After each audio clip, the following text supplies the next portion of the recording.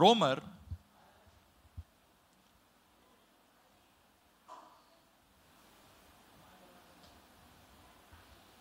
ரோமர் 13வது அதிகாரம் 11வது வசனம். எழுதுறீங்களா? வாசிக்கலாம். நித்திரையை விட்டு எழுந்திருக்கத்தக்க வேலை ஆயிற்றென்று நாம் காலத்தை அறிந்தவர்களாய் இப்படி நடக்க வேண்டும். நாம் விசுவாசிகளான போது ரட்சிப்பு சமீபமாய் இருந்ததை பார்க்கிலும் இப்பொழுது அது நமக்கு அதிக சமீபமாய் இருக்கிறது. திரும்ப வாசிப்போம். எடுத்து கொஞ்சம் சத்தமா வாசிக்கலாமா? படிக்க தெரிஞ்சவங்க எல்லாரும் கொஞ்சம் சத்தமா. நித்திரையை விட்டு எழுந்திருக்கத்தக்க வேலை ஆயிற்றென்று நாம் காலத்தை அறிந்தவர்களாய் இப்படி நடக்க வேண்டும். நாம் விசுவாசிகளான போது ரட்சிப்பு சமீபமாய் இருந்ததை பார்க்கிலும் இப்பொழுது அது நமக்கு அதிக சமீபமாய் இருக்கிறது. போதும். இந்த இடத்துல ரட்சிப்பை குறித்து நாம் பார்க்கிறோம். கர்த்தர் நமக்கு கொடுத்ததான ரட்சிப்பு, கர்த்தர் நமக்கு கொடுக்கிறதான இந்த ரட்சிப்பு ஒரு நாளிலே ஆண்டவராகிய இயேசு கிறிஸ்துவை விசுவாசித்து நாவினாலே அறிக்கை செய்து ஒரு 4 மாதம் சர்ச்சுக்கு வந்ததுக்கு அப்புறம் ஞானஸ்தானத்தை கொடுத்து ஞானஸ்தானத்தை வாங்கிக்கிட்டு திருவிருந்தில் பங்கெடுத்த உடனே ரட்சிப்பு பூரணம் அடைந்தது அப்படின்னு சொல்லி நீங்க நினைச்சிட்டு இருந்தீங்கன்னா நீங்க ரட்சிக்கப்படலைன்னு அர்த்தம்.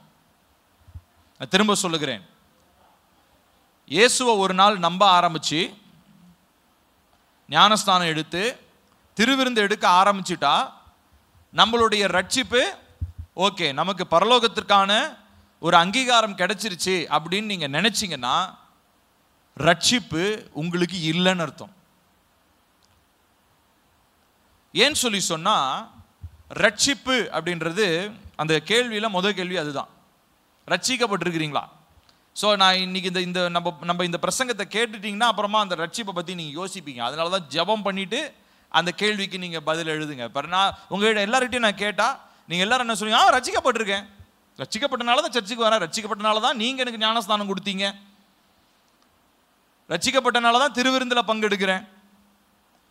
ஆனால் ரட்சிப்பு என்பது ஒரு நாளிலே திருவிருந்து அன்னைக்கோ இல்லை ஞானஸ்தானத்தை அன்னைக்கோ இயேசுவை நம்புறவங்க எத்தனை பேர் அப்படின்னு கை உயர்த்துங்கன்னு கை தூக்கின அன்னைக்கோ நடந்த காரியம் அல்ல. ரட்சிப்பு என்பது அன்றையிலிருந்து ஆரம்பித்திருக்கலாம். Your salvation might have started, ஒரு நாள் ஆரம்பித்திருக்கலாம். ஆனால் ரட்சிப்பு நிறைவேறும்படியாக, ரட்சிப்புக்கு ஒரு கம்ப்ளீஷன், முழுமை அப்படின்னு ஒன்று இருக்குது, அது நிறைவேறும்படியாக ஒவ்வொரு நாளும் நாம் பிரயாசப்பட வேண்டியது அவசியமா இருக்கு. நான் சொல்றது புரியுதுங்களா? அதை பற்றி தான் இந்த நாளிலே நாம் பார்க்க போகிறோம். சின்ன வயசுல நான் சண்டே கிளாஸ் போகும்போது எனக்கு தெரிஞ்ச ஒரு ஆண்டி, நிர்மலா ஆண்டின்னு ஒரு ஆண்டி, ஒரு டைம் நம்ம சர்ச்சுக்கு கூட லாஸ்ட் டைம் வந்தாங்க. எனக்கு சண்டே கிளாஸ் ஆண்டி அவங்க தான். அவங்க வந்து நான் 8th ஸ்டாண்டர்டில், 8th ஸ்டாண்டர்ட் அந்த 8th ஸ்டாண்டர்ட் 7th ஸ்டாண்டர்டில் எனக்கு சரியாக தெரில, நான் ரட்சிக்கப்பட்ட ஒரு நாள் நாங்கள் எல்லாரும், நான் என்னுடைய ஃப்ரெண்டு ஸ்டீஃபன் ஒருத்தர் இருந்தான், அப்புறம் அவனுடைய அண்ணன் எட்வின், அவங்களாம் இப்போ கான்டாக்டே இல்லை எனக்கு. நாங்கள் எல்லாம் சேர்ந்து ஒரு நாள் நாங்கள் ஒரு மீட்டிங் மாதிரி வச்சுருந்தாங்க. அது ஏதோ ஒரு சில்ட்ரன்ஸ் கேம்ப் மாதிரி இருந்துச்சு, ஞாபகம். அதில் தான் வந்து ஆண்டவராகி இயேசு கிறிஸ்துவ, அதாவது கிறிஸ்துவ குடும்பத்தில் பிறந்திருந்தோம். எங்கள் அப்பா பாஸ்டராக இருந்தாங்க.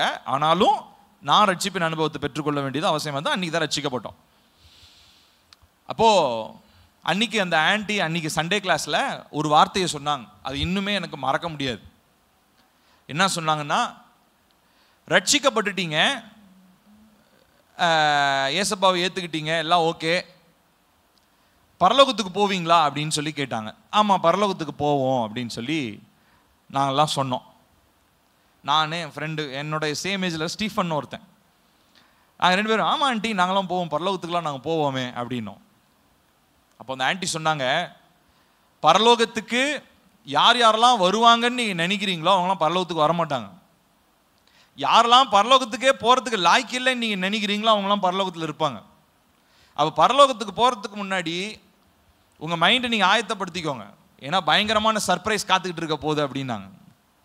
அவங்க எதுக்காக அதை சொன்னாங்க அப்படின்னா, நம்ம ரட்சிக்கப்பட்ட நாள் அன்னைக்கு, ரட்சிக்கப்பட்டதுக்கு அப்புறம் இவங்கெல்லாம் ரட்சிக்கப்பட்டாங்க, இவங்க பரலோகத்துக்கு போயிடுவாங்க நம்ம நினைக்கிற ஆட்கள் பரலோகத்துக்கு போக முடியாது.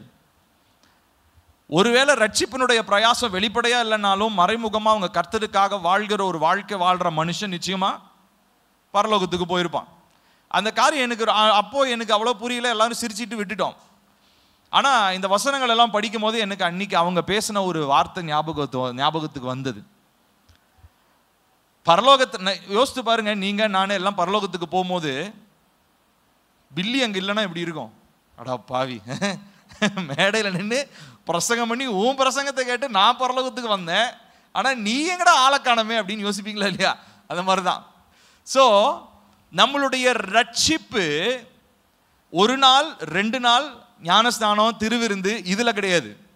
நம்முடைய ரட்சிப்பு என்பது ஒவ்வொரு நாளும் தேவனுக்காக நாம் வாழ்கிற அந்த பிரயாசம். நம்ம என்ன பிரயாசப்படுறோம் தேவனுக்காக வாழ்வதில் என்ன முயற்சி எடுக்கிறோம், கர்த்தர் விரும்புகிற அந்த பரிசுத்த வாழ்க்கை வாழ்றதுக்கு நான் என்ன பிரயாசப்படுறேன் அப்படின்ற அந்த வளர்ச்சி ஒவ்வொரு நாளும் நமக்குள்ள நாளுக்கு நாள் அதிகமாகலன்னு சொல்லி சொன்னா ரட்சிப்பை நம்மளால காத்துக்கொள்ள முடியாது. இப்போ இந்த ரட்சிப்பை அநேகர் தங்களுடைய வாழ்க்கையில மத சடங்குகளினாலே நிறைவேற்றி விடலான்னு சொல்லி நினைக்கிறாங்க. உதாரணத்துக்கு நான் சொன்ன மாதிரி ஞானஸ்தானம் எடுத்தா ரட்சிக்கப்பட்ட மாதிரி கிடையாது, இல்லை திருவிருந்து எடுத்தா ரட்சிக்கப்பட்ட மாதிரி கிடையாது, அதுவும் கிடையாது. சரிங்க, நான் இறக்கும் போது நல்ல முறையில் என்னைய கல்லறையில் சிலுவை போட்ட பெட்டிக்குள்ள வச்சு அடக்கம் பண்ணிட்டா பரலோகத்துக்கு, அதுவும் கிடையாது. அப்ப எப்படிதான் பரலோகத்துக்கு போறது? ரட்சிப்பு நிறைவேறும்படியாக பிரயாசப்படுகிறோம். இந்த வசனத்தில் நம்ம வாசிச்சோம், இதுல கடைசி பாகத்தை வாசிக்கலாம். நாம் விசுவாசிகளான போது, எடுத்துட்டீங்களா அந்த வசனத்தை? ரோமர் 13:11. நாம் விசுவாசிகளான போது, கொஞ்சம் சத்தமா வாசிக்கலாம் அந்த பகுதியை. நாம் விசுவாசிகளான போது ரட்சிப்பு சமீபமாய் இருந்ததை பார்க்கிலும் இப்பொழுது அது நமக்கு அதிக சமீபமாய் இருக்கிறது. ரட்சிப்புன்றது ரட்சிக்கப்பட்ட நாளன்னைக்கு ஒரு விதத்துல ஒரு ரட்சிப்பு இருந்துச்சு. ஆனா இன்னைக்கு எப்படி இருக்கான்? பவுல் சொல்றாரு, இன்னும் ரட்சிப்பு ரொம்ப நெருக்கமா வந்துருச்சு. நீங்க ரட்சிப்பை காத்துக்கொள்றதோ இல்ல ரட்சிப்பு நிறைவேற பிரயாசப்படுறதையோ நீங்க தள்ளி போடக்கூடிய காலம் அல்ல இது. நாளைக்கு பார்த்துக்கலாம், அடுத்த வாரம் பார்த்துக்கலாம், அடுத்த மாசம் பார்த்துக்கலாம். கர்த்தர் கிருபையா நமக்கு ஒவ்வொரு நாளும் ரட்சிப்பு நிறைவேறும்படியாக நமக்கு பிரயாசப்படணும்னு சொல்லி தான் ஒவ்வொரு நாளும் ஜீவனை கொடுக்குறாரு. ஒவ்வொரு நாளும் தூங்கி எந்திரிக்கும் போது என்ன நடக்குது? எதுக்காக நம்ம எந்திரிக்கிறோம்? சும்மா நம்ம இஷ்டத்துக்கு வாழ்றதுக்காகவா? இல்லை. மறுபடியும் பிறந்த அனுபவம் உடையவங்க, ரட்சிக்கப்பட்டவங்க எல்லாராலையும் சொல்ல முடியும், நான் ஒவ்வொரு காலை வேளையும் எழுந்திருப்பது எதற்காக? கர்த்தர் எனக்கு ஒரு நோக்கத்தை வைத்திருக்கிறார். அந்த நாளிலே கர்த்தர் வச்சிருக்கிற நோக்கத்தை நான் நிறைவேற்றணும். அதுக்காக தானே கர்த்தர் நமக்கு ஜீவனை தராரு. எங்க ஆமாவா இல்லையா? ஆமா. சோ இப்போ இதுக்காக தான் கர்த்தர் நமக்கு ஜீவனை கொடுக்கிறார். இப்போ நேற்றைய தினத்துல நான் ரட்சிப்பை எந்த அளவுக்கு கவனமாய் காத்து கொண்டேனோ அதை விட இந்த நாளிலே நான் இன்னும் அதிகமாக கவனமாக காத்துக்கொள்ள வேண்டியது அவசியமாக இருக்கிறது. ஏன்னா ரட்சிப்பு என்பது ஏதோ ஒரு நாளிலோ சடங்கினாலோ நிறைவேறக்கூடிய ஒரு காரியம் அல்ல. இந்த நாட்களிலே அநேகர் தங்களுடைய பக்தியின் உச்சம், அதாவது மற்ற மனுஷங்களுக்கு முன்னாடி பக்தியா இருக்கிறத காமிச்சிட்டா பரலோகத்துக்கு போறதான அங்கீகாரம் கிடைச்சிரும்னு நிறைய பேர் நினைச்சுக்கிறாங்க. கைகளை உயர்த்தி ஆராதிச்சு பிரசங்கம் பண்ணி மணிக்கணக்கா ஜோம் பண்ணி இவர் பெரிய ஜப வீரர்னு பேர் வாங்கிட்டா அவர் பரலோகத்துக்கு போயிடுவாரா? இல்ல. அப்போ வெளி பிரகாரமா நான் செய்யற எதுவுமே என்னுடைய ரட்சிப்பை காத்துக்கிறதுக்காக கிடையாது. நான் ஒருவேளை தேவனுடைய ராஜ்யத்துக்காக நான் உழைக்கலாம். நான் நல்லா கவனிக்கிறேன். அதனாலதான் ஏசப்பா என்ன சொல்றாரு, மனுஷன் உலகம் முழுசதையும் ஆதாயம் என்ன அர்த்தம்? தேவ ராஜ்யத்துக்காக நீங்க ஆத்மாவை சேர்க்கலாம்.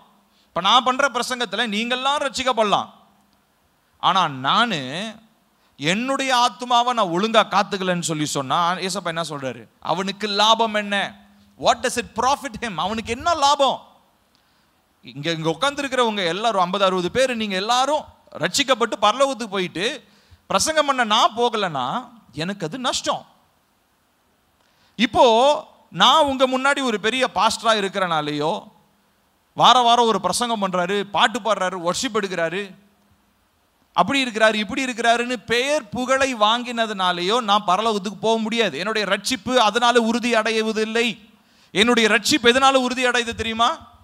நேற்று நான் என்னுடைய பரிசுத்தத்தை காத்து கொண்டதை காட்டிலும் இன்றைக்கு நான் அதிக பிரயாசத்துடன் என்னுடைய பரிசுத்தத்தை நான் காத்து கொள்வேன்னு சொல்லி சொன்னா அப்பதான் நான் மெய்யான ரட்சிப்பு நிறைவேற பிரயாசப்படுகிற மனிதனாக இருக்க முடியும்.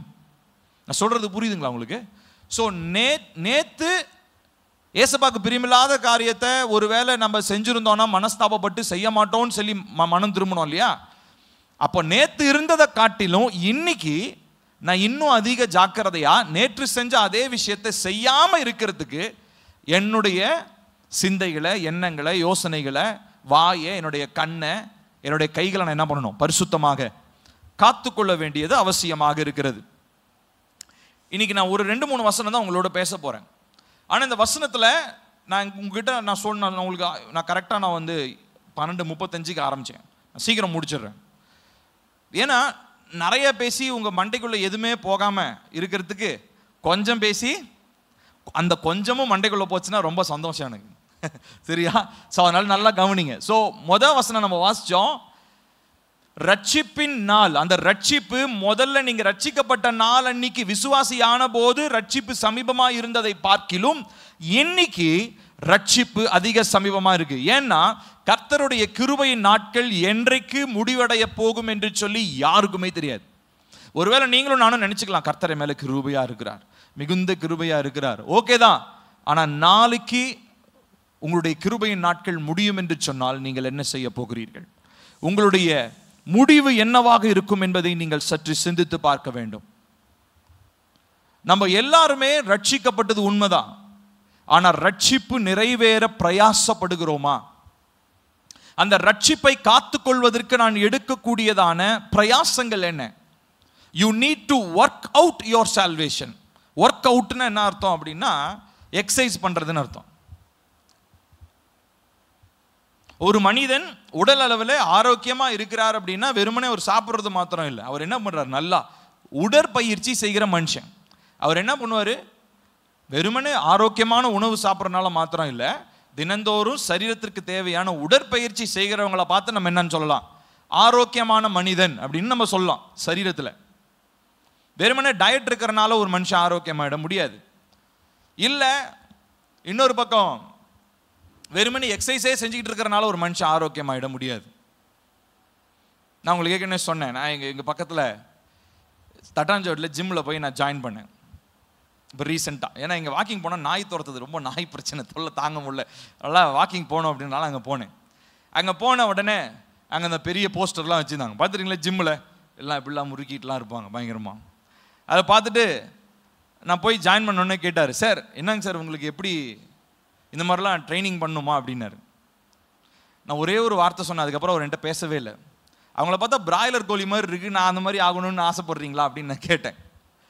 என்ன சார் இப்படி சொல்லிட்டீங்க, இங்கே இத்தனை பேர் கஷ்டப்பட்டு எவ்வளோ முயற்சி பண்ணுறாங்க அப்படின்னு நான் சொன்னேன் ஏங்க எனக்கு அதெல்லாம் இல்லை, எனக்கு ஆரோக்கியமாக இருக்கணும், சரீரம் ஆரோக்கியமாக இருக்கிறத நான் எக்ஸசைஸ் பண்ண வரேன். இந்த கட்டுமஸ்தான உடலில் எனக்கு வேணாம், எனக்கு ஆரோக்கியமாக நோய் நொடி இல்லாமல் நல்லா நடக்கணும் போகணும், ஒரு இதுக்காக தாங்க. அதுக்கேற்ற மாதிரி எனக்கு என்ன எக்ஸசைஸ் பண்ணணும்னு சொல்லுங்கள். அந்த ட்ரெயினர் சொன்னார் என்கிட்ட.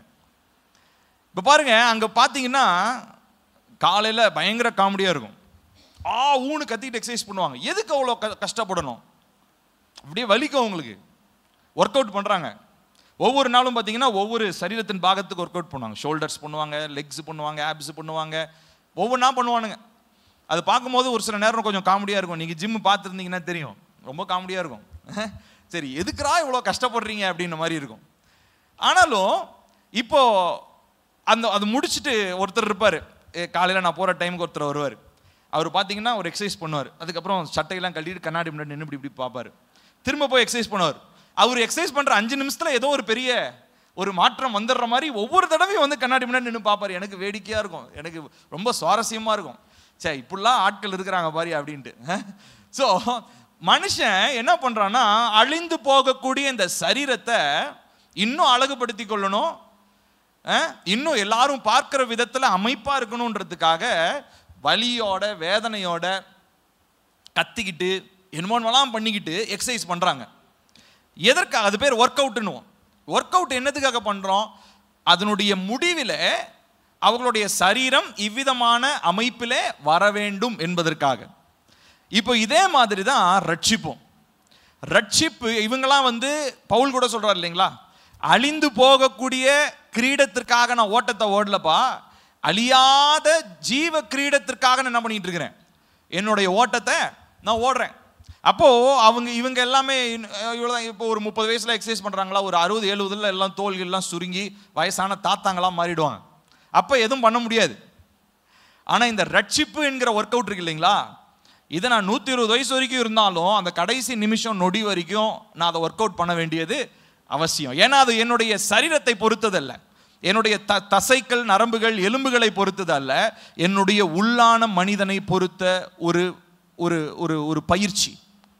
இப்போ இதுல எனக்கு ஈடுபாடு இல்லை. நிறைய பேருக்கு கிறிஸ்தவர்களாக மாறிட்டோம், ரட்சிக்கப்பட்டுட்டோம், ஆனா ரட்சிப்பை ஒர்க் அவுட் பண்றதுக்கு ஈடுபாடு கிடையாது. ரட்சிப்பை தக்க வச்சுக்கிறதுக்கு நமக்கு மனசு இல்லை. ஏன்னா அதை பத்தி தெரியவே தெரியாது. ஃபர்ஸ்ட் ஆஃப் ஆல் ரெண்டாவது, ரட்சிப்பை காத்துக்கொள்ளணுமா? ஏன் ஞானஸ்தானம் எடுத்தா பரலோகத்துக்கு போக முடியாதா? முடியாது. திருவிருந்து எடுத்தா அப்பயும் முடியாது. அப்ப எப்பதான் பரலோகத்துக்கு போறது? முடிவு பரியந்தம் ரட்சிப்பை காத்து கொண்டு அது நிறைவேறும்படியாக பிரயாசப்படுறவன் தான் பரலோகத்துக்கு போக முடியும். நான் சொல்றது நல்லா கவனிங்க. இன்னொரு வசனத்தை படிச்சோம்னா நமக்கு தெளிவா புரியும். ஏற்கனவே ஒரு வசனத்தை சொல்லியிருக்கேன், ரோமர் 13:11, மறந்துடாதீங்க. பிலிப்பியர் 2:12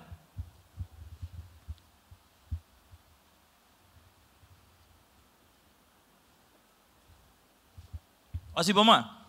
ஆதலால் பிலிப்பியர் 2:12-13 வாசிப்போம். எடுத்துட்டீங்களா? ஆதலால் எனக்கு பிரியமானவர்களே, நீங்கள் எப்பொழுதும் கீழ்ப்படியறபடியே நான் உங்களுக்கு சமீபமாய் இருக்கும் பொழுது மாத்திரமல்ல, நான் தூரமாய் இருக்கிற இப்பொழுதும் அதிக பயத்தோடும் நடுக்கத்தோடும் உங்கள் ரட்சிப்பு நிறைவேற பிரயாசப்படுங்கள்.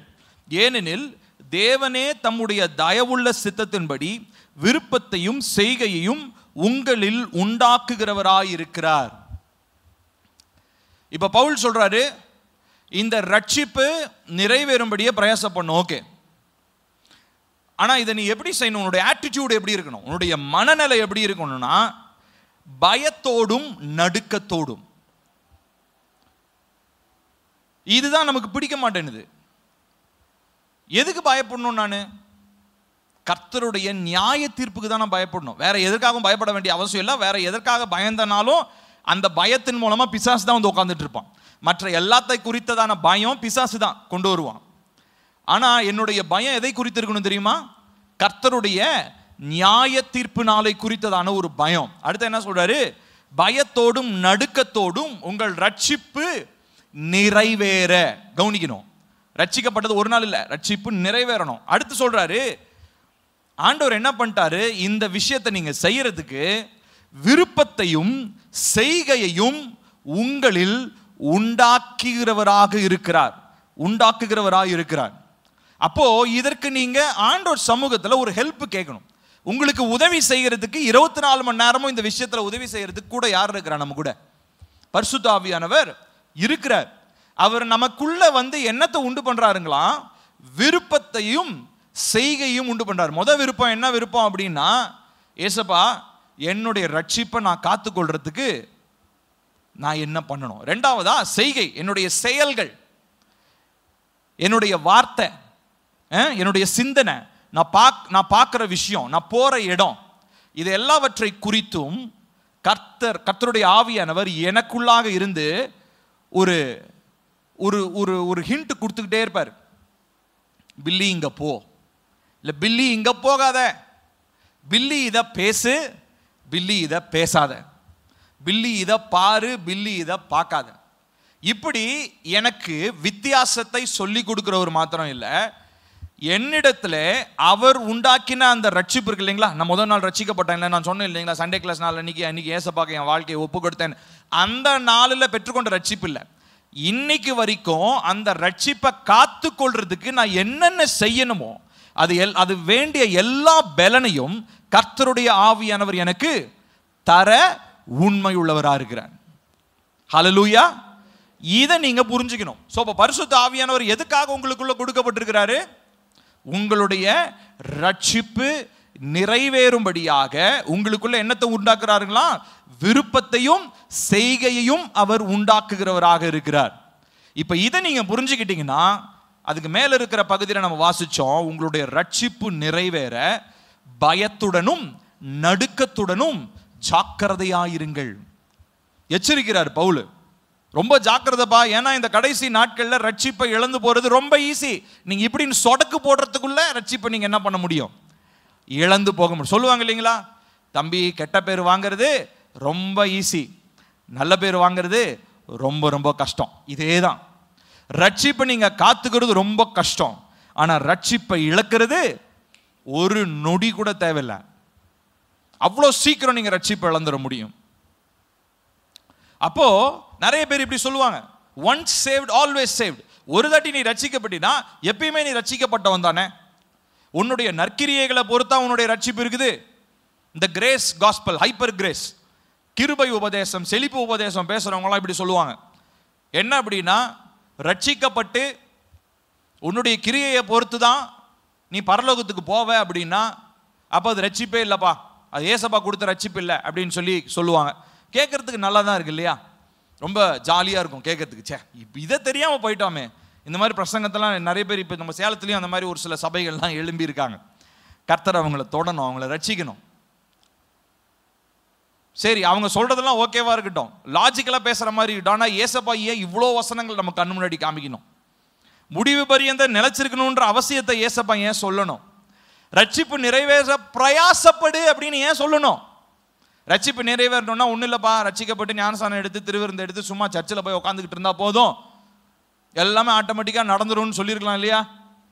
ஆனால் பிரயாசம்னா என்ன அர்த்தம்? பிரயாசம்னா என்னதுங்க? முயற்சி. ஒரு காரியம் நிறைவேறுவதற்காக நீங்க செய்கிற ஒரு செயல், பிரயாசப்படுதல். அப்போ ஹோலினஸ், பரிசுத்தத்திற்கான ஒரு வாஞ்சை, கர்த்தருடைய சித்தத்தை செய்கிறதுக்கு நம்ம எடுக்கிற முயற்சி, இதுதான் பிரயாசம். இந்த பிரயாசம் இல்லாம ரட்சிப்பை நான் பெற்றுக்கொண்ட, ரட்சிப்பை நான் முதல் நாளில் பெற்றுக்கொண்டேன், ரட்சிக்கப்பட்ட, ஞானசானம் எடுத்தேன், திருவிருந்து எடுத்தேன் அப்படின்னு கதை சொல்லிக்கிட்டு இருந்தோம்னா கடைசி வரைக்கும் கதை சொல்லிக்கிட்டே இருக்க வேண்டியதான். நம்மளுடைய ரட்சிப்பை, பெற்றுக்கொண்ட ரட்சிப்பை நாம் காத்து கொள்ள முடியாது. அப்போ நம்முடைய ரட்சிப்பு நிறைவேறும்படியாக பிரயாசப்படுகிற மனிதர்களாக நாம் இருக்க வேண்டும். பயமும் நடுக்கமும் நமக்கு அவசியம். ஏன்னா முதலாவது பயம்ன்றது எதை குறிச்சு பயம்? மனுஷனை குறிச்சோ, வேற எந்த அதிகாரங்கள், அதிகாரி இவங்களை குறிச்சோ இல்லை. கர்த்தருடைய நியாயசனத்துக்கு முன்னாடி போய் நான் நிற்க போறேன், இந்த பயம் எனக்கு அவசியம். நடுக்கம்னா என்ன தெரியுங்களா? அப்படி நடுங்கிறது கிடையாது, ரெவரன்ஸ், மரியாதை, அவருடைய வார்த்தைக்கு நாம் கொடுக்கிறதான மரியாதை. இது நிமித்தமா உங்களுடைய ரட்சிப்பு நிறைவேற பிரயாசப்படுங்க. ஏன்னா பரிசுத்த ஆவியானவர் உள்ள இருந்து என்ன பண்றாருங்களா? நமக்குள்ள விருப்பத்தையும் செய்கையையும் உருவாக்குகிறவரா இருக்கிறார். இப்ப நான் இன்னும் ஒரு கேள்வி கேட்கிறேன். இப்போ உங்ககிட்ட வந்து ஒருத்தர், ஒரு பெரிய தீர்க்கதரிசி வராருன்னு வச்சுக்கோ. உங்ககிட்ட வந்து நீங்க இன்னும் ஒரு 10 வருஷத்துல 2024 2034 ஜூன் மாதம் 10ஆம் தேதி ஆண்டவர் உங்களை எடுத்துக்குவார் அப்படின்னு சொல்லிட்டாருன்னா எப்படி இருக்கும் உங்களுக்கு? சொல்லுங்க. ஒரு பெரிய தீர்க்கதரிசிங்க, அவர் சொன்னதெல்லாம் நடந்துருச்சு. அவர் வந்து உங்கள்கிட்ட சொல்றாரு, 2034 ஜூன் மாதம் 10ஆம் தேதி காலையில் 6 மணிக்கு தூக்கத்திலே நீ போயிடுவ அப்படின்னு ஒரு தீர்க்கதரிசி சொன்னார்னா உங்களுக்கு எப்படி இருக்கும்? பயமா இருக்கும். பயமா ஒரு பக்கம் இருக்கட்டும், ஆனா இன்னொரு பக்கம் இந்த 10 வருஷத்துல வேற எதை பத்தியுமே உங்களுக்கு யோசிக்க தோணாது. எதை பத்தி எதிரமா யோசிப்பீங்க? எப்படியாவது பரலோகத்துக்கு போயிடணும். நான் சொல்றது புரியுதா? உங்களை சுத்தி அவன் ஃபங்க்ஷன்லாம் கொண்டாடிட்டு இருப்பாங்க, கல்யாணம் வரும், அது இதெல்லாம் வரும், எல்லாம் ஹஹா ஹூன்னு சிரிச்சிட்டு இருப்பாங்க. உங்களுக்கு சிரிப்பே வராது. ஏன்? அட போயா, நானே இன்னும் 10 வருஷத்துல என்ன பண்ண போறேன், சாக போறேன்னு ஒருத்தன் சொல்லிட்டு போயிட்டான்.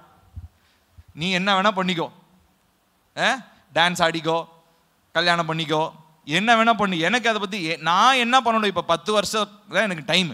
இந்த 10 வருஷத்துக்குள்ள என்னுடைய ரட்சிப்பை நான் காத்துக்கிட்டு பரலோகத்துக்கு போய் சேர வழியை நான் பார்க்கணும். ஏன்னா அவர் பெரிய தீர்க்கதரிசி வேற, அவர் வேற சொல்லிட்டு போயிட்டு அவர் சொன்னதெல்லாம் நடந்துருச்சு இது வரைக்கும். யோசிச்சு பாருங்க. ஒரு எக்ஸாம்பிள், இந்த மாதிரி உங்ககிட்ட என்கிட்ட ஒரு மனிதன் சொன்னார்னா, ஒரு தீர்க்கதரிசி சொன்னார்னா எப்படி இருக்கும்? இப்போ இதே போலதான் பிரியமானவர்களே, அது வந்து ஒரு காலம் நமக்கு தெரிஞ்சிருச்சு.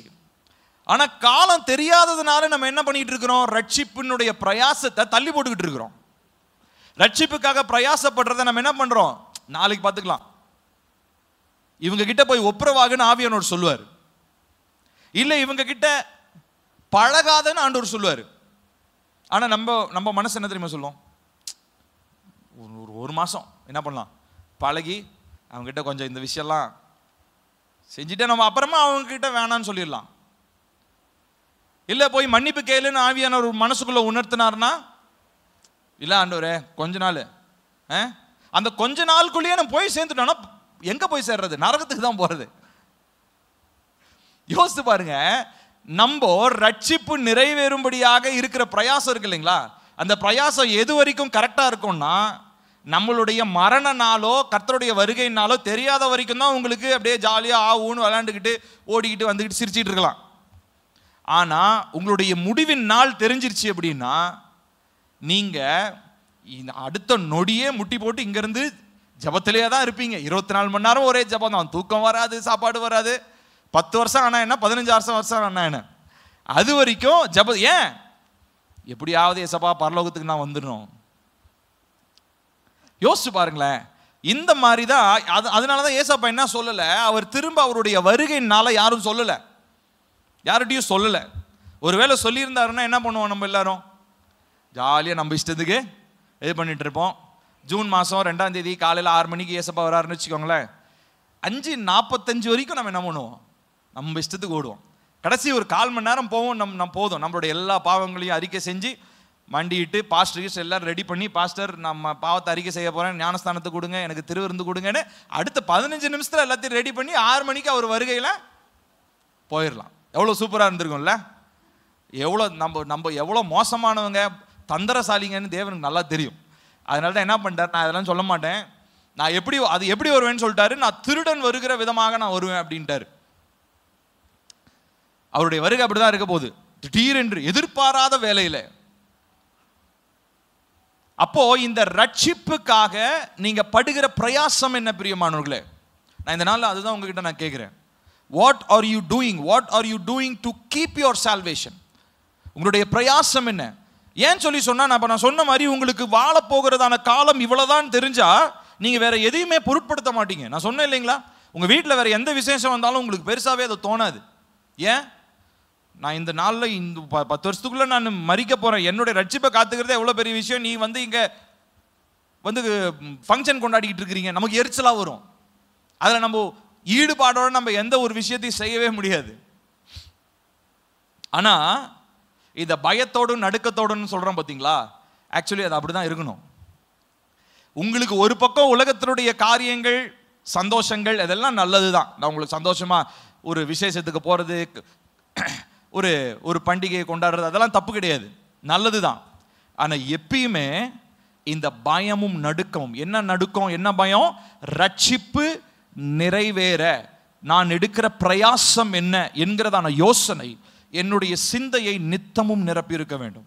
ஒவ்வொரு நாளும் அதிகாலை வேலையில் நான் காலையில் எந்திரிச்ச உடனே நான் முதல்ல கேட்க வேண்டியது ஏசப்பா கிட்ட, ஏசப்பா என்னுடைய ரட்சிப்பை நான் இன்னைக்கு காத்துக்கிறதுக்கு நான் என்ன பண்ணணும்? நேற்று நான் உங்ககிட்ட பரிசுத்தமாக இருந்ததை விட இன்னைக்கு நான் இன்னும் அதிகமாக பரிசுத்தமாக இருக்க நான் என்ன செய்யணும்? எனக்கு அதை கற்றுத்தாங்க. ஏன்னா பரிசுத்த ஆவியானவரை பற்றி நம்ம ரோமர்ல நம்ம வாசிச்சோம் இல்லைங்களா, நமக்குள்ளாக விருப்பத்தை அவர் பிலிப்பியர் 2:13 வாசிச்சோம். தேவனே தம்முடைய தயவுள்ள சித்தத்தின்படி விருப்பத்தையும் செய்கையையும் என்னில் உண்டாக்குகிறவராக இருக்கிறார். பரிசுத்த ஆவியானவர்கிட்ட நம்ம கேட்கணும், பரிசுத்த ஆவியானவரே எனக்கு இந்த விருப்பம் தாங்க. என்ன விருப்பம் வேணும்? என்னுடைய ரட்சிப்பு நிறைவேற நான் பிரயாசப்படணும். What should I do to work out my salvation? இன்னைக்கு நான் என்ன பண்ணணும்? நாளைக்குரியது நாளைக்கு பார்த்துக்கலாம், ஆனால் இன்னைக்கு நான் என்ன பண்ணணும்? ஸோ இப்போ ஒவ்வொரு நாளும் உங்களுடைய ரட்சிப்பு நிறைவேறும்படியாக நீங்கள் பிரயாசப்பட வேண்டியது அவசியமாக இருக்கு. என்று சொல்லி சொன்னால், காலமானது மிகவும் கொடியதான காலங்களுக்குள் நாம் நுழைந்து கொண்டிருக்கிறோம் சொல்லி ஜோம் பண்ணாங்க இல்லைங்களா? அருமையான சிஸ்டர் சுஜாதா சொல்லி ஜோம் பண்ணாங்க. எப்படிப்பட்ட காலம்? அன்பு தணிந்து போகிற அந்த வீடியோ பார்த்தீங்களா? பார்த்துருப்பீங்க. அப்பா உட்காந்துட்டு இருக்கிறார், மகன் வந்து என்ன பண்ணுறான், பாக்ஸிங் பண்ணுற மாதிரி குத்துன்னு குத்துறான், சொத்து தகுறாரு. சொத்தே இல்லைனாலும் எப்படி மனசு வந்தது? அப்போ எப்படிப்பட்ட வெறியர்களாக மனுஷங்க மாறிட்டாங்க பாருங்க. பெத்த அப்பாவை அந்த குத்துறான், பாக்ஸிங் மாதிரி குத்துறான், உதைக்கிறான். அப்புறம் ஒரு 15 நாள்ல ஒரு ஹார்ட் அட்டாக்ல இறந்து போயிட்டார். இப்போ யோசிச்சு பாருங்க, மனிதர்கள் எல்லாம் சுபாவ அன்பு தணிந்து போய் மனுஷனே சொல்ல முடியாது. இப்ப மனிதன் மிருகமாக மாறிக்கொண்டிருக்கிறான். பிசாசுக்கு இதுதான் வேணும். இதுதான் கடைசி நாட்கள்னு நம்ம சொல்றோம். கடந்த நாட்கள் நான் இன்னொரு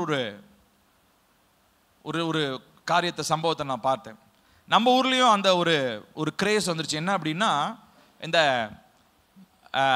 நாய்கள் பெட்டு வளர்க்குறதுலாம் ரொம்ப ஃபேஷனாக போயிடுச்சு இன்னைக்கு. அந்த பெட்டுக்காக இன்ஸ்டாகிராமில் ஒரு பேஜ் ஓப்பன் பண்ணி அதில் ஒரே நாய் ஃபோட்டோ நாய் வீடியோவை போட்டுக்கிட்டே இருப்பாங்க. அதில் ஒரு குறிப்பிட்ட பெண் போட்டிருக்கிறாங்க, அவங்களுடைய பாய் ஃப்ரெண்ட் அவங்களுடைய திருமணம் செய்ய போகிறதான அந்த மணமகன், அவங்க கூட இருந்தவர், அவர் துரோகம் பண்ணிட்டாராம்.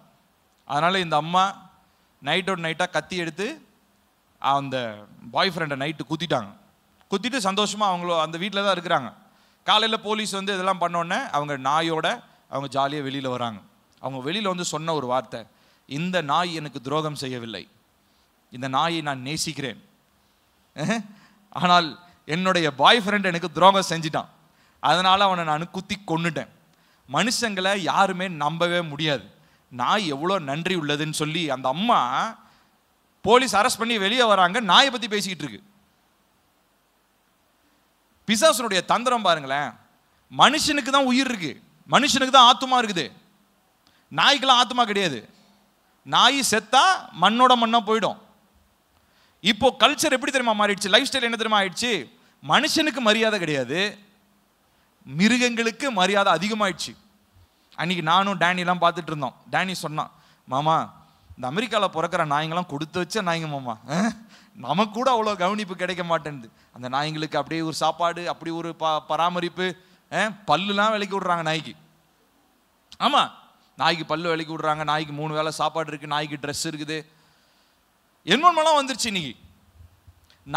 ஃபீமேல் பெண் நாய்களுக்கு சானிட்டரி பேட்ஸ் இருக்குது, தெரியுமா உங்களுக்கு? ஆமாம், இவ்வளோ பயங்கரமாக இது நம்ம கேட்டால் நம்ம இதெல்லாம் வந்து ரொம்ப பெரிய முன்னேற்றம் வளர்ச்சின்றோம். இதெல்லாம் ஒரே ஒரு தந்திரமான ஒரு காரியம் தான். என்னன்னா, மனுஷனுக்கு மேலே யாருக்குமே மரியாதையே இருக்கக்கூடாது. பிசாசுடைய தந்திரம் அது. மிருகங்களை ரொம்ப அனுசரித்து அப்படியே மிருகம் மாதிரி, எப்பா நாய் மாதிரி, இந்த ஆடு மாதிரி, இந்த மாடு மாதிரி அப்படின்னு சொல்லி மிருகத்துக்கு மேலே இன்னைக்கு கருணை, மனுஷனுக்கு மேலே இன்னைக்கு வெறுப்பு. மனுஷனுக்கு ஆத்துமா இருக்குன்றதே மனுஷன் மறந்து போயிட்டான். கூட சக மனுஷன் பக்கத்தில் பெட்டில் படுத்திருக்கிறவனுக்கு ஆத்துமா இருக்குன்ற யோசனை அந்த அம்மாவுக்கு இல்லை. ஆனால் நாய் வந்து ரொம்ப நன்றி உள்ளதாக இருந்ததுன்னு ரொம்ப பெருமையாக பேசிட்டு போகுது அந்த அம்மா. அந்த அம்மா வெளியே வந்துடும் சீக்கிரத்தில், அவ்வளோ நல்லா காசு, நல்லா பயங்கர பெரிய பார்ட்டி போல அந்த அம்மா. எனக்கு ரொம்ப ஆச்சரியமாக இருந்தது. நான் யோசிச்சு பார்த்தேன், சே மனுஷங்க எப்படி ஆயிட்டாங்க பாரு அப்படின்னு சொல்லி. ஏன்னா இந்த நாட்களில் இவ்வளோ கொடுமையான நாட்களுங்க. அதை பற்றி தான் எபேசியரில் நம்ம வாசிக்கிறோம் பாருங்களேன். 5வது அதிகாரம் 16வது வசனம். எபேசியர் 5:16 வாசிக்கலாமா? நாட்கள் எடுத்துட்டீங்களா? எபேசியர் 5:16 நாட்கள் பொல்லாதவைகள் ஆனதால் காலத்தை பிரயோஜனப்படுத்திக் கொள்ளுங்கள். என்னத்துக்கு பிரயோஜனப்படுத்தணும்? காலத்தை என்ன சேமிச்சு வைக்க போறீங்களா? காலத்தை நீங்க சரியான ஒரு டைமை நீங்க கரெக்டா யூட்டிலைஸ் பண்றதா இருந்தா எதுக்கு தெரியுமா இருக்கும்? உங்களுடைய ரட்சிப்பு காத்துக்கொள்ள நீங்க எடுக்கிற பிரயாசம் இருக்கு பார்த்தீங்களா, அதுதான் உங்களுடைய காலத்தை நீங்க பிரயோஜனப்படுத்துவது. அப்போ ஒரு மனுஷன் தன்னுடைய ரட்சிப்பை காத்து கொள்ளும்படி அவன் எடுக்கிற பிரயாசம் இருக்கு இல்லைங்களா, அதுதான் அவன் தன்னுடைய ரட்சிப்பை, தன்னுடைய காலத்தை அவன் பிரயோஜனப்படுத்துவதற்கு சமமாக இருக்கிறது. மற்றபடி நீங்க வேற என்ன வேணா சாதிக்கலாம், அதை செய்யலாம், இதை செய்யலாம், பெரிய வீட்டை கட்டலாம், கல்யாணம் பண்ணலாம், குடும்பத்துக்கு பிள்ளைகளுக்கு சேர்த்து வைக்கலாம், இதெல்லாம் இல்லை. காலத்தை பிரயோஜனப்படுத்துறது என்ன தெரியுமா? உங்களுடைய ரட்சிப்பு நிறைவேறும்படியாக நீங்கள் எடுக்கிறதான பிரயாசமாக இருக்கிறது. ஹல்லேலூயா. அப்போ இந்த நாட்களிலே கர்த்தர் நம்மிடத்திலே பழுதொன்றும் இல்லாத ஒரு பரிசுத்த மணவாட்டியாய் நீங்களும் நானும் உருவாக்கப்பட வேண்டும் என்பது கர்த்தருடைய விருப்பமாக இருக்கிறது. ஆமென். கர்த்தருடைய சித்தம் அதுதான். இதுக்காக தான் அவர் நம்மகிட்ட பர்சனலாக ஒரு விஷயத்தை சொல்றாரு. தனிப்பட்ட முறையில் உன்னுடைய ரட்சிப்பு நிறைவேறும்படியாக பிரயாசப்படு, பயத்தோடும் நடுக்கத்தோடும் நீரு. ஆவியானவர் உனக்குள்ள இருக்கிறார். அந்த விருப்பத்தையும் செய்கையும் அவர் ஏற்படுத்துவார். ஆனால் ஒன்று நீ செய்யணும், அவரை நீ சார்ந்து கொள்ளணும். ஏசப்பா, இன்னைக்கு நான் என்னோட ரட்சிப்பை காத்துக்கொள்ள எனக்கு நீங்க விருப்பத்தை தாங்க, எனக்கு அந்த பிரயாசம் நான் எடுக்க எனக்கு உதவி செய்யுங்கன்னு சொல்லி ஆண்டவரிடத்தில் நாம் கேட்க போகிறோம். கடைசியாக ஒரே ஒரு வசனத்தை வாசித்து நாம் முடிக்க போகிறோம். 1 கொரிந்தியர் 3வது அதிகாரம் 13 to 15 வரைக்கும்.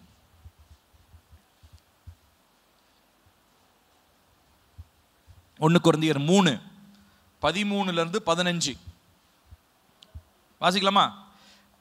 எடுத்துட்டீங்களா? சத்தமா? அவனவனுடைய வேலைப்பாடு வெளியாகும், நாளானது அதை விளங்க பண்ணும். ஏனெனில் அது அக்கினியினாலே வெளிப்படுத்தப்படும்.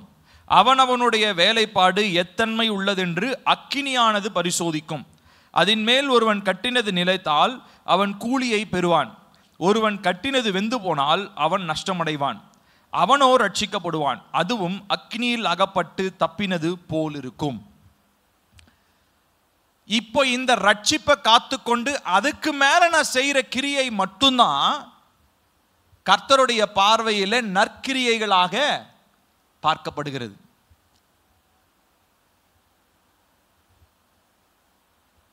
இப்போ ஏசப்பா ஒரு இடத்துல சொன்னாரு, நான் போன வாரத்துக்கு முந்தின வாரம் அந்த மெசேஜ் நான் பேசினேன். உங்களுடைய அதாவது நியாய தீர்ப்பு நாளில் ஒருத்தன் வந்து ஆண்டவர் சமூகத்தில் நிற்கும் போது ஏசப்பா சொல்லுவார், நான் பசியாக இருந்தேன் எனக்கு உணவு கொடுத்தாய், நிர்வாணமாக இருந்தேன் எனக்கு உடுக்க உடை கொடுத்தாய் அப்படின்ன உடனே அவன் கேட்பான், எப்போ ஆண்டவரே நான் இதெல்லாம் பண்ணேன்? அவர் சொல்கிறார், இந்த சிறியரில் ஒருவனுக்கு நீ செஞ்ச அதை நீ எனக்கு செஞ்ச அப்படின்னு சொல்லி சொல்கிறார். இப்போ நல்லா கவனிச்சிங்கன்னா, அப்போ நற்கிரியை செய்கிற மனுஷன் மாத்திரம்தான் பரலோகத்துக்கு போக முடியும் அப்படின்னா, நம்ம அரசியல்வாதிக்கு தான் போகணும். நம்ம அரசியல்வாதி தான் ஃபர்ஸ்ட் லிஸ்ட்டில் இருப்பாங்க. ஏன்னா பிறந்த நாள் அன்றைக்கி என்ன பண்ணுறாங்க? இலவச வேஷ்டி சட்டை, இலவச புடவை, முதலமைச்சர் திட்டம், அந்த திட்டம் இந்த திட்டம். சரி, அப்போ யோசிச்சு பாருங்க, இந்த நற்கிரியை மட்டும் செஞ்சுட்டு இயேசு மேலே நம்பாமல் இருந்தால் பரலோகத்துக்கு போயிட முடியுமா? வாய்ப்பே இல்லை. அதனால தான் ரட்சிப்பு என்கிறதான இந்த அடித்தளத்திற்கு மேலே நீங்கள் செய்கிற நற்கிரியை தான் கவுண்டபிள், அதுதான் அங்கீகரிக்கப்பட்ட நற்கிரியை. ரட்சிப்பு இல்லாமல் நீங்கள் செய்கிற எந்த நற்கிரியையும் உங்களுக்கு பரலோகத்துக்கு கொண்டு போக முடியாது, வாய்ப்பில்லை. ரட்சிப்பு என்கிற அடித்தளம் என்ன? ரட்சிப்பு அன்னைக்கு பெற்ற ரட்சிப்பா? இல்லை. ரட்சிப்பு நிறைவேறும்படியாக நான் எடுக்கிற பிரயாசம், நான் பண்ற முயற்சி. ஒவ்வொரு நாளும் என்னுடைய பரிசுத்தத்தை குறித்து நான் ஜாக்கிரதையுடையவனாக இருந்து பயத்தோடும் நடுக்கத்தோடும் அந்த ரட்சிப்பு நிறைவேற நான் எடுக்கிறதான பிரயாசம். அடுத்த பகுதியில் பார்க்கிறோம், பரிசுத்தம் என்ன பண்றாருங்களா? எனக்குள்ள விருப்பத்தையும் செய்கையும் ஏற்படுத்துகிறவரா இருக்கிறாரு. இதை நான் செய்யாம நான் எத்தனை நற்கிரியை செஞ்சாலும் அது எல்லாமே எதற்குமே உதவாத ஒரு நற்கிரியை. மற்றவனுக்கு பிரயோஜனமா இருக்கலாம், ஆனா அது அந்த நற்கிரியை என்ன கடவுள் தேவனுடைய சமூகத்திற்கு முன்பதாக போய் என்னை நிறுத்த முடியாது. இப்போ அதை பத்தி தான் இங்க பவுல் சொல்றாரு. அவனுடைய வேலைப்பாடுனா என்ன அர்த்தம்? ரட்சிப்பை பெற்றுக்கிட்டு அவன் செய்யற நற்கிரியை நாளானது அதை விளங்க பண்ணும். தேவனுடைய நியாயத்தீர்ப்பு நாளில் அக்கினியினாலே வெளிப்படுத்தப்படும்.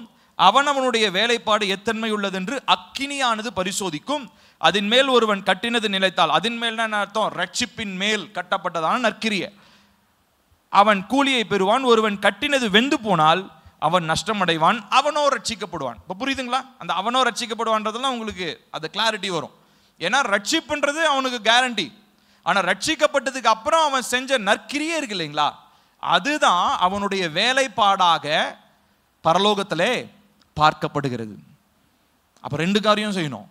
ஒன்று ரட்சிப்பு நிறைவேற பிரயாசப்படணும், இன்னொன்று அந்த ரட்சிப்புக்கு மேலே நான் செய்கிறதான ஒவ்வொரு நற்கிரியைகளும், தேவன் சொன்னதான ஒவ்வொரு நற்கிரியைகள், தேவன் என்னிடத்தில் எதிர்பார்க்கிறதான ஒவ்வொரு நற்கிரியைகளை நான் செய்யும் போது தான் என்னுடைய வேலைப்பாடு அக்கினியில பரிசோதிக்கப்படும் போது எப்படிப்பட்ட வேலைப்பாடாக இருக்குமா?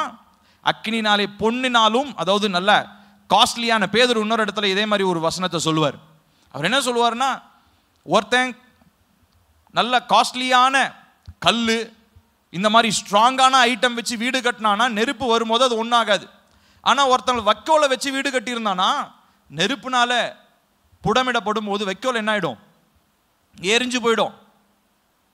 அப்போ அப்படிதான் இருக்கு உங்களுடைய காரியம், உங்களுடைய நற்கிரியைகள், உங்களுடைய செயல்கள் அப்படிதான் இருக்கின்றார். அப்போ நம்முடைய செயல்கள் எத்தன்மையுடையதா இருக்கிறது, நம்முடைய நற்கிரியைகள் ரட்சிப்பு என்கிறதான அந்த அடித்தளத்தின் மேல கட்டப்பட்டதா இருக்கிறதா? சற்று யோசிச்சு பாருங்க. உங்களுடைய ரட்சிப்பு நிறைவேற நீங்கள் என்ன முயற்சி எடுக்கிறீர்கள்? உங்களுடைய ஜெப வாழ்க்கையில நீங்க எந்த அளவுக்கு உங்களுடைய ரட்சிப்பை குறித்து நீங்க துரிதப்படுத்துறீங்க? உங்களுடைய அதை குறித்து ஒரு கான்சியஸ்னஸ், ஒரு எண்ணம் உங்களுக்கு இருக்குதா? ஐயோ, நான் இதை செஞ்சேன்னா நான் ரட்சிப்பை நான் இழந்துருவேன், இந்த இடத்துக்கு போய் இவங்களோட இந்த வார்த்தையை நான் பேசிட்டேன்னா என்னுடைய ரட்சிப்பு இழந்துருவேன். இந்த உணர்த்துதல் ஆவியானவர் என்ன பண்ணிட்டே இருப்பார் தெரியுமா? கொடுத்துட்டே இருப்பார். இதை தான் நம்ம அந்த விருப்பத்தையும் செய்கையும் உண்டாக்கிட்டே இருக்கிறாரு. இதுக்கு நீங்க கீழ்ப்படிஞ்சீங்கன்னா உங்களுடைய ரட்சிப்பை நீங்க என்ன பண்ண முடியும்? காத்து கொள்ள முடியும். அதை பயத்தோடும் நடுக்கத்தோடும் நிறைவேறும்படியாக நாம் பிரயாசம் எடுக்க முடியும். ஆகையினால் இந்த நாட்களிலே கர்த்தர் நமக்கு கொடுத்திருக்கிற இந்த ரட்சிப்பு நிறைவேற பிரயாசப்பட வேண்டும். ஏன்னு சொல்லி சொன்னா, நம்ம முதல்ல வாசிச்சோம், ரோமர் 13:11 வாசிச்சோம், நீங்க ரட்சிக்கப்பட்ட விசுவாசியான நாளிலே ரட்சிப்பு சமீபமாய் இருந்ததை பார்க்கிலும் இன்றைக்கு ரட்சிப்பு மிகவும் சமீபமாய் இருக்கிறது. கிருபையை நீங்க வீணடிக்கிறவர்களா இருக்க போறீங்களா, இல்ல கிருபையை பயன்படுத்தி ரட்சிப்பு நிறைவேற பிரயாசப்பட போறீங்களா? இந்த கேள்வியை நான் உங்களுக்கு முன்னாடி வைக்கிறேன். நம்ம எல்லாரும் எழுந்துச்சு நிக்கலாமா? நம்ம எல்லாரும் எழுந்துச்சு நிக்க போறோம். நான் இன்னைக்கு 3 வசனம் தான் அவங்ககிட்ட சொன்னேன். ஒன்று ரோமர் 13:11 சொன்னேன், அப்புறம் பிலிப்பியர் 2:12-13 சொன்னேன், அப்புறம் 1 கொரிந்தியர்லேருந்து நான் சொன்னேன், 1 கொரிந்தியர் 3:13-15. 3 வசனம் தான். இந்த 3 வசனத்தை மார்க் பண்ணிக்கோங்க, இதை மனப்பாடம் பண்ணிக்கோங்க முடிஞ்சா. இந்த வசனங்களை கொஞ்சம் யோசிச்சு ஆராய்ந்து பாருங்க. எனக்குள்ள நான் ரட்சிப்பு நிறைவேறும்படியா நான் என்ன பிரயாசப்படுறேன்? எனக்குள்ள அந்த பயம் இருக்குதா? கர்த்தருடைய நியாய தீர்ப்பு நாளை குறித்ததான ஒரு ஜாக்கிரதைப்படுகிறேனா? அந்த நடுக்கம்னு சொன்னா அந்த உலக மனுஷனுக்கு வர்ற பயம் இல்லை, அந்த பயம் பத்தி கிடையாது. தேவாதி தேவன் பரிசுத்தம் உள்ளவருக்கு முன்பதாக என்னுடைய பரிசுத்தத்தை நான் காத்து கொள்வதனுடைய அந்த நெசசிட்டி, அந்த அவசியம், அதை புரிந்து கொள்வதுதான் இந்த பயமும் நடுக்கம். உலக மனுஷன் சொல்ற மாதிரி அந்த பயம் இல்லை. அந்த பயம், மனுஷனுக்கு பயப்படுகிற பயம் கண்ணியை வருவிக்கும், கர்த்தருடைய வார்த்தை சொல்லுது. ஆனா நம்ம இந்த நாட்களிலே நம்முடைய ரட்சிப்புக்காக நம்ம என்ன பிரயாசப்படுறோம்? நம்ம எல்லாரும் கண்களை மூடுவோம், தேவனை நோக்கி பார்ப்போம், ஆண்டவர்கிட்ட கேட்க போறோம். ஆண்டவரே, என்னுடைய ரட்சிப்பு நிறைவேறும்படியாக நான் இந்த நாளிலிருந்து எனக்குள்ளாக நீங்க ஆரம்பிச்சிருக்கிற இந்த நற்கிரியைகளுக்காக ஸ்தோத்திரம். எனக்குள்ள அப்பா நான் இந்த ரட்சிப்பை நிறைவேறும்படியா நான் பிரயாசப்படணுன்ற அந்த விருப்பத்தையும் அந்த செய்கையும் உண்டாக்குகிறதான பரிசுத்த ஆவியானவர் நீங்க எனக்குள்ள இருக்கிறீங்க. இந்த ரட்சிப்புக்காக நான் பிரயாசப்படுறதுன்றது ஏதோ வேறு மனிதனாலேயோ பாஸ்டராலேயோ சர்ச்சினாலேயோ எனக்குள்ள திணிக்கப்படுகிற ஒரு காரியம் அல்ல. இது ஆவியானவர் எனக்குள்ளாக இருந்து ஏற்படுத்துகிற விருப்பமாக இருக்கிறது. அப்போ ஆவியானவர் நமக்குள்ள இருந்து, ஆவியானவருக்கு நீங்க நேரம் கொடுக்கணும், ஆவியானவரோடு நீங்க நேரம் செலவழிக்கணும். ஆவியானவரோட நேரம் செலவழிக்கும் போது ஆவியானவர் உங்களுக்கு கற்றுக் கொடுப்பாரு, மகனே மகளே, இந்த தேவையில்லாத காரியத்துல நேரத்தை செலவழிக்காத, ரட்சிப்பு நிறைவேறும்படியாக இந்த பிரயாசப்படுன்னு சொல்லுவார். ஆனா அதுக்கு மாறாக ஆவியானவரிடத்துல நான் பேசாம, அவரிடத்துல நான் உறவு கொள்ளாம இருப்பேன்னு சொல்லி சொன்னா, என்னுடைய சொந்த காரியம், சொந்த அலுவல்கள், அழிந்து போகக்கூடிய காரியங்களுக்காக பிரயாசப்படுகிற மனிதனாக நான் இருந்து விடுவேன். பிரியமானவர்களே, கர்த்தருடைய ஆவியானவர்னால நம்ம கிட்ட தான் பேசுறார், நம்ம ஒவ்வொருத்தர்கிட்டையும் பேசுறார். காது உள்ளவங்க எல்லாரும் கவனிங்க. கர்த்தருடைய ஆவியானவர் நம்ம ஒவ்வொருத்தர்கிட்டையும் பேசுறார். ரட்சிப்பை காத்துக்கொள்வதற்கு நீங்க எடுக்கிற பிரயாசம் என்ன? ரட்சிப்பை நேற்று இருந்ததை காட்டிலும் இன்னைக்கு நான் ரட்சிப்பில் நான் வளர்ந்துருக்கிறேனான்னு சொல்லி உங்களுக்கு நீங்களே ஒரு கேள்வி கேட்டு பாருங்க. ஏசப்பா, நேற்று நான் விசுவாசத்தில் இருந்ததை விட இன்னொரு அளவு நான் விசுவாசத்தில் வளர்ந்துருக்கிறேன்னு உங்களால் தைரியமாக சொல்ல முடியுமா? இல்லை ஏசப்பா, நேற்று என்கிட்ட இருந்த தைரியம் இன்னைக்கு இல்லை, நேற்று உங்ககிட்ட கிட்ட இருந்த மாதிரி இருந்தேன், இன்னைக்கு உங்களை விட்டு தூரமாக போன மாதிரி ஆயிட்டேன்னு சொல்றீங்களா? உங்களுடைய விசுவாச பாதையை சற்று கொஞ்சம் யோசிச்சு பாருங்க. உங்களுடைய விசுவாச பாதையை சற்று திரும்பி பாருங்க. அதிலே நீங்கள் என்ன பிரயாசப்பட்டீர்கள்? What have you worked out? நீங்க என்ன பிரயாசப்பட்டீங்க? அழிந்து போகக்கூடிய காரியங்களுக்காக நீங்க பிரயாசப்பட்டுக்கிட்டு இருந்தீங்களா? இல்ல அழிவில்லாத பரலோக ராஜ்யத்தினுடைய மேன்மைக்காக, உங்களுடைய ரட்சிப்பை காத்துக்கொள்வதற்காக பயத்துடனும் நடுக்கத்துடனும் பிரயாசத்தை நீங்க செஞ்சீங்களா? கர்த்தருடைய ஆவியானவர் நம்மோடு கூட பேசுகிறார். இதனாலே இந்த ரட்சிப்பை பயத்துடனும் நடுக்கத்துடனும் நிறைவேற பிரயாசப்படுகிற மனிதர்களாக நாம் மாற்றப்பட வேண்டும். Work out your salvation. அற்பமாய் அழிந்து போகக்கூடிய சரீரத்திற்கு மனிதன் எவ்வளோ கவனம் செலுத்துறான். அழிந்து போகக்கூடிய சரீரத்திற்கு மனுஷன் எவ்வளோ உடற்பயிற்சி பண்றான். இதை சாப்பிடணுன்றான், இதை சாப்பிடக்கூடாதுன்றான், இந்த ஆடையை போட்டுக்கணுன்றான், இந்த ஆடையை போடக்கூடாதுன்றான், இந்த கலர்ல இருக்கணுன்றான், இந்த உணவை சாப்பிடணுன்றான். இதெல்லாம் எதற்காக? அற்பமாய் இன்னும் ஒரு சில வருடங்களிலே மண்ணிற்கு மண்ணாக புதைத்து போகக்கூடிய உங்களுடைய சரீரத்திற்காக. ஆனால் கர்த்தர் நமக்கு கொடுத்ததான அந்த ரட்சிப்பு, நம்மை உண்மை உள்ளவன் என்று எண்ணி என்னுடைய கையில கொடுத்திருக்கிற அந்த ரட்சிப்பு என்று கனமான ஒரு காரியம், ரட்சிப்பின் பாத்திரம். அதை நான் ஜாக்கிரதையா அந்த பாத்திரத்தை பரிசுத்தமா காத்துக்கொண்டு, அதுல தேவையில்லாத காரியங்களினால் அந்த பாத்திரத்தை நிரப்பாம, அது ஆவியினாலே அந்த பாத்திரத்தை நான் நிரப்பப்பட்ட மனுஷனா ரட்சிப்பின் பாத்திரத்தை கையில் எடுத்துக்கொண்டு தாவீது சொல்ற மாதிரி, என் ரட்சகரை நான் தொழுது கொள்ளுவேன். அப்ப பிரியமானவர்களே, இந்த நாளில் கர்த்தர் நம்மோடு கூட தான் பேசியிருக்கிறார். கர்த்தர் ஒவ்வொரு நாளும் ஒரு கிருபையை தான் தராருங்க. எதற்காக தெரியுமா?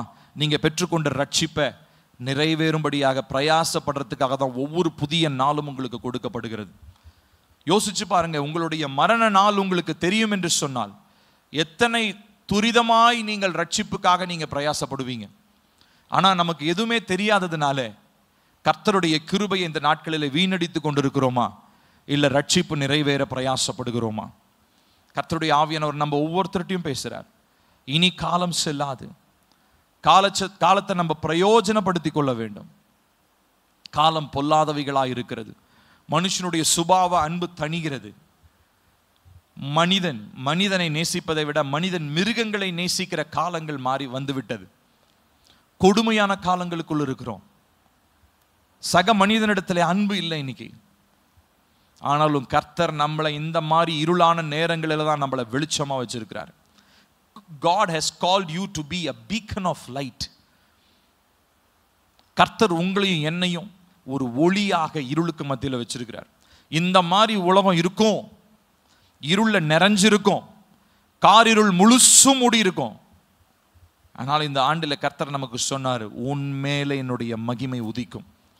My light, my glory shall arise out of you. உன் மேலிருந்து உதிக்கும். இந்த கர்த்தருடைய மகிமை என் மேல உதிக்கணும்னா இந்த ரட்சிப்புக்காக நான் பிரயாசப்பட வேண்டியது அவசியமா இருக்குது. பிரியமானவர்களை, நம்ம எல்லாரும் கண்களை மூடுவோம். முடிந்தால் உங்களுடைய 2 கரங்களை தேவனுக்கு நேராக உயர்த்தி கொள்ளுங்க. சொல்லுங்க ஏசப்பா கிட்ட, ஏசப்பா என்னுடைய ரட்சிப்பு நிறைவேறும்படியாக இந்த நாளிலிருந்து நான் பிரயாசப்பட எனக்கு உதவி செய்யும். என்னுடைய ரட்சிப்பு என்பது ஏதோ ஒரு நாளிலே நடந்த சம்பவம் அல்ல என்பதை நான் புரிந்து கொண்டேன். என்னுடைய ரட்சிப்பு என்பது நான் ஞானஸ்நானம் பெற்றதினாலே எனக்கு கிடைக்கிற ஒரு தைரியம் அல்ல. என்னுடைய ரட்சிப்பு என்பது நான் திருவிருந்து எடுக்கிறதுனாலே எனக்கு கிடைக்கிற அங்கீகாரம் கிடையாது.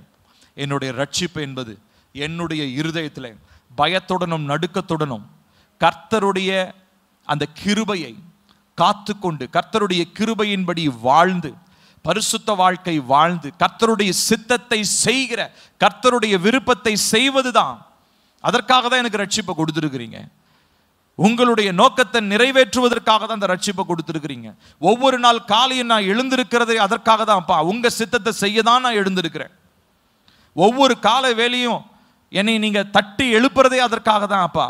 எனக்கு ஒவ்வொரு காலையிலையும் எனக்கு என்னுடைய நாசியில சுவாசம், எனக்கு மூச்சு இருக்கிறதுக்கு காரணம் நீங்க அந்த நாளில் என்னை கொண்டு ஏதோ ஒரு காரியத்தை செய்யணும்னு விரும்புறீங்க. நான் ஒரு பாதையில நடக்கணும்னு விரும்புறீங்க. ஆனா நான் அதை மறந்த ஒரு துரோகியாக, ஒரு துரோகம் செய்த மனுஷனாக, என்னுடைய ரட்சிப்பை குறித்து நான் ஒரு ரொம்ப ஒரு கவனக்குறைவு உள்ளவனா ரொம்ப அசால்ட்டா நான் இருந்துட்டேன்ப்பா. எனக்கு கவனம் இல்லை என்னுடைய ரட்சிப்பை குறித்து. ஆனா இந்த நாள்ல நீங்க என்னோடு கூட பேசுனீங்க. ரோமர் 13:11 நாங்க வாசிச்சோம். நான் விசுவாசியான நாளிலே ரட்சிப்பு எனக்கு சமீபமாய் இருந்ததை காட்டிலும் இன்னும் அதிகமாய் ரட்சிப்பு என் பக்கத்துல வந்துருச்சு. கர்த்தருடைய மீட்பின் நாள் இன்னும் அதிகமாய் நெருங்கி வந்துருச்சு. ஆகையினாலே என்னுடைய இருதயத்தை கர்த்தர் பரிசுத்தப்படுத்தும். என்னுடைய ரட்சிப்பு நிறைவேற நான் பிரயாசப்பட எனக்கு உதவி செய்யும். எனக்குள்ள இருக்கிறதான ஆவியானவர் அந்த விருப்பத்தையும் செய்கையும் நீர்தான் ஏற்படுத்துகிறீர் என்பதை புரிந்து கொண்டு அதற்கு நான் இணங்கி நடக்க எனக்கு உதவி செய்யும். கர்த்தருடைய ஆவியானவர் என்னோடு பேசினதற்காக ஸ்தோத்திரம். இதனால் இந்த உணர்வுள்ள இருதயத்தை தாரும். உங்க வார்த்தைக்கு கீழ்ப்படுகிற இருதயத்தை தாரும். அப்பா, நான் எத்தனை வருஷமா நான் சர்ச்சுக்கு வரேன்றது முக்கியம் இல்லை. என்னுடைய ரட்சிப்பு நிறைவேற நான் என்ன பிரயாசப்படுறேன்றது தான் முக்கியம் ஏசப்பா. அந்த பிரயாசத்தில் என்னுடைய கவனத்தை செலுத்த எனக்கு உதவி செய்யும். இதனாலே உம்முடைய வார்த்தையை கேட்டு உம்மை ஆராதித்த ஒவ்வொரு பிள்ளைகளுக்காக நான் செபிக்கிறேன்ப்பா. தெய்வீக ஆளுகையும் தெய்வீக நோக்கமும் உம்முடைய பிள்ளைகளுடைய வாழ்க்கையில் நிறைவேறுவதாக, தேவனுடைய ஆளுகை உண்டாவதாக. உம்முடைய பிள்ளைகள் ஒவ்வொருவரும் தங்களை தகுதிப்படுத்தி கொண்டு தங்களுடைய குடும்பத்தை ரட்சிப்பின் பாதையிலே நடத்த ஒவ்வொருவருக்கும் கர்த்தர் கிருபையை தாங்க. பரிசுத்த ஆவியானுடைய துணையோடு நாங்களும் எங்களுடைய குடும்பம் எங்களுடைய சபையும் எங்களுடைய ரட்சிப்பு நிறைவேற பிரயாசப்பட எங்களுக்கு உதவி செய்யும். வருகைக்காக ஆயத்தப்படுத்தும். மணவாட்டியாகிய சபை பரிசுத்தம் உள்ளதாக, கரைதிரையற்றதாய், கலங்கமில்லாததாய், பரிசுத்தமாய் உம்முடைய சமூகத்தில் காணப்பட சபையாகிய எங்களுக்கு கர்த்தர் உதவி செய்யும். நீரே உயர்ந்தரும். எல்லா துதி கன மகிமை உமக்கே. இயேசுவின் நாமத்தில் கேட்கிறோம் ஜீவனுள்ள நல்ல பிதாவே, ஆமென். நம்முடைய கர்த்தராகிய இயேசு கிறிஸ்துவின் கிருபையும் பிதாவாக தேவனுடைய அன்பும் பரிசுத்த ஆவியானுடைய காவலும் ஐக்கியமும் நம் அனைவரோடும் இன்றும் சதா காலங்களிலும் நிலைத்திருப்பதாக. ஆமென். Praise the Lord. கர்த்தர் நம்மை ஆசீர்வதிப்பார்.